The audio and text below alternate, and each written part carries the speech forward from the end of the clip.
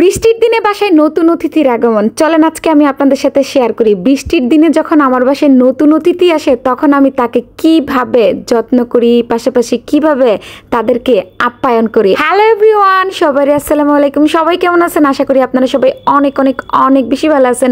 এই বৃষ্টি ভেজা দিনে, এই বৃষ্টি ভেজা দিনের ওয়েদারটা কিন্তু অনেক বেশি ভালো থাকে, সেই সাথে মনটাও কিন্তু অনেক বেশি ভালো থাকে। এই তো ছোট সময়ের স্মৃতি মনে করতেছিলাম আর কি, আমি আর আমার বাপজান দুইজন মিলে। তো এই তো এটা একটা পহেলা বৈশাখে আর কি, সম্ভবত এই বছরের পহেলা বৈশাখে আমার বাপজান এটা কিনে নিয়ে আসছিল। তো এটা নিয়ে সে বারান্দার মধ্যে খেলাধুলা করতেছিল, তো আমিও একটু তার সাথে আর কি দাঁড়িয়ে দাঁড়িয়ে উপভোগ করতেছিলাম বৃষ্টি, সেই সাথে তার সাথে সময়টাও এনজয় করতেছিলাম। যাই হোক, যেহেতু বৃষ্টি ভেজা দিন, তো বৃষ্টি ভেজা দিনে তো খিচুড়ি আর গরুর মাংস না হলে একদমই চলে না।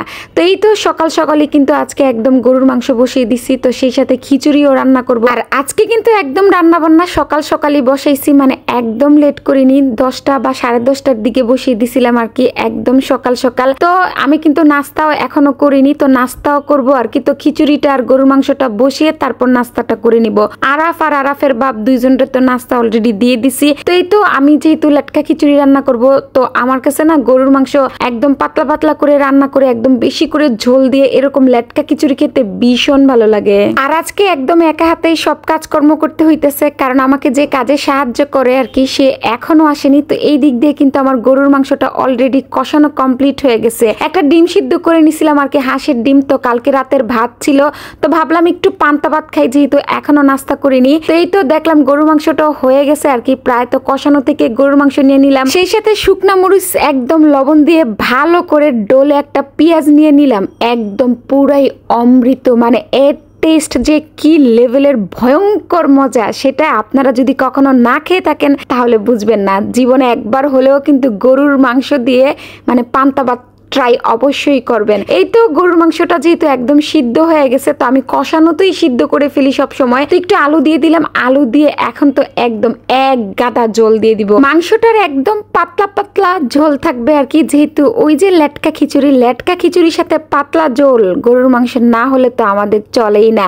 আর এই যে প্রথমেই তো ভিডিওর শুরুতেই বলছিলাম যে নতুন অতিথিকে আমি কিভাবে আপ্যায়ন করি বৃষ্টির দিনে। এই যে আমার অতিথি কিন্তু আজকে এই গাছটা আর কি, তো এটার নাম হচ্ছে স্নেক প্ল্যান্ট আর কি। তো আমি তাকে আপ্যায়ন করতেছি। এই যে আমার বাসায় সবজির খোসা ছিল আর কি, পাশাপাশি 2টা টমেটো কেটে নিছি, তো এগুলো দিয়ে আমি এখন তাকে লাগিয়ে ফেলবো। অনেকেই জানতে চান আমার কাছে আসলে আমি গাছকে কিভাবে যত্ন করি। এই তো গাছ লাগানোর সময় কিন্তু আমি কোনো সারই ইউজ করি না, তো আমি বেশিরভাগ দেখা যায় এই যে বাসায় যে সবজির খোসা টোসা থাকে ওইগুলো দিয়ে কিন্তু গাছটা লাগাই। এই জন্য দেখা যায় যে গাছ কিন্তু আমার প্রচুর পরিমাণের পুষ্টি পায়। আর এই তো দেখেন গাছ লাগাতে লাগাতে আমার হাতের কি অবস্থা হয়েছে। যাই হোক, এই তো এটাও কিন্তু সাথেই ছিল, তো 2টা বাচ্চা ছিল আর কি, পুচকু পুচকু। এই 2টা বাচ্চাকে কি ফেলে দিব নাকি? তো এই 2টা বাচ্চাকেও কিন্তু আমি লাগিয়ে দিব, দেখি কি মানে হয় নাকি। ইনশাআল্লাহ অবশ্যই হবে। আমি যেহেতু গাছ ভীষণ ভালোবাসি, আমার কাছে তারা আসবে আর যত্ন পাবে না, তাই কি হয় নাকি? তা তো হয়ই না। যাই হোক, এই তো গাছ মানে ছোট্ট 2টা পুচকুকেও কিন্তু লাগিয়ে দিলাম। ইনশাআল্লাহ পরবর্তীতে আপনাদেরকে দেখাবো যে এই 2টা পুচকু কতটুকু হয়েছে, বা পরবর্তীতে অবশ্যই আপডেট পেয়ে যাবেন। যাই হোক, এই দিক দিয়ে কিন্তু আমার খিচুড়িটা একদম কমপ্লিট। আর আজকের খিচুড়িটা যা মজা হয়েছিল, এই ওয়েদারে তো খিচুড়ি এমনিতেই ভালো লাগে, আর যদি মজা হয় তাহলে তো কোনো কথাই নাই। এই তো গরুর মাংসটাও কিন্তু আমার একদম রেডি হয়ে গেছে। তো সবার লাস্টে একটু বেশি করে জিরের ফাঁকি দিয়ে দিলাম। একদম শর্টকাট রান্না বান্না আর কি। তো আমি সব সময় কিন্তু একদম শর্টকাট রান্না বান্না করি, তো আমি সব সময় চেষ্টা করি একদম সহজভাবে কিভাবে রান্না বান্না করা যায়, যেহেতু রান্নার ফাঁকে ফাঁকে অনেক কিছুই করতে হয় আর কি। আমার মতো কে কে আছেন বলেন তো, বৃষ্টির দিনে সন্ধ্যার টাইমে একদম মুচমুচে ভাজা পোড়া খেতে মন চায়। আমার তো সবসময় বৃষ্টি আসলেই সন্ধ্যার সময় মানে এই যে এরকম মুচমুচে বেগুনি, আলুর চপ বা সিঙ্গাড়া বা যে কোনো টাইপের ভাজা পোড়া খেতে মন চায়। যাই হোক, আজকের মতো বিদায় নিয়ে নিলাম। সবাই অনেক অনেক অনেক বেশি ভালো থাকবেন। আল্লাহ হাফেজ।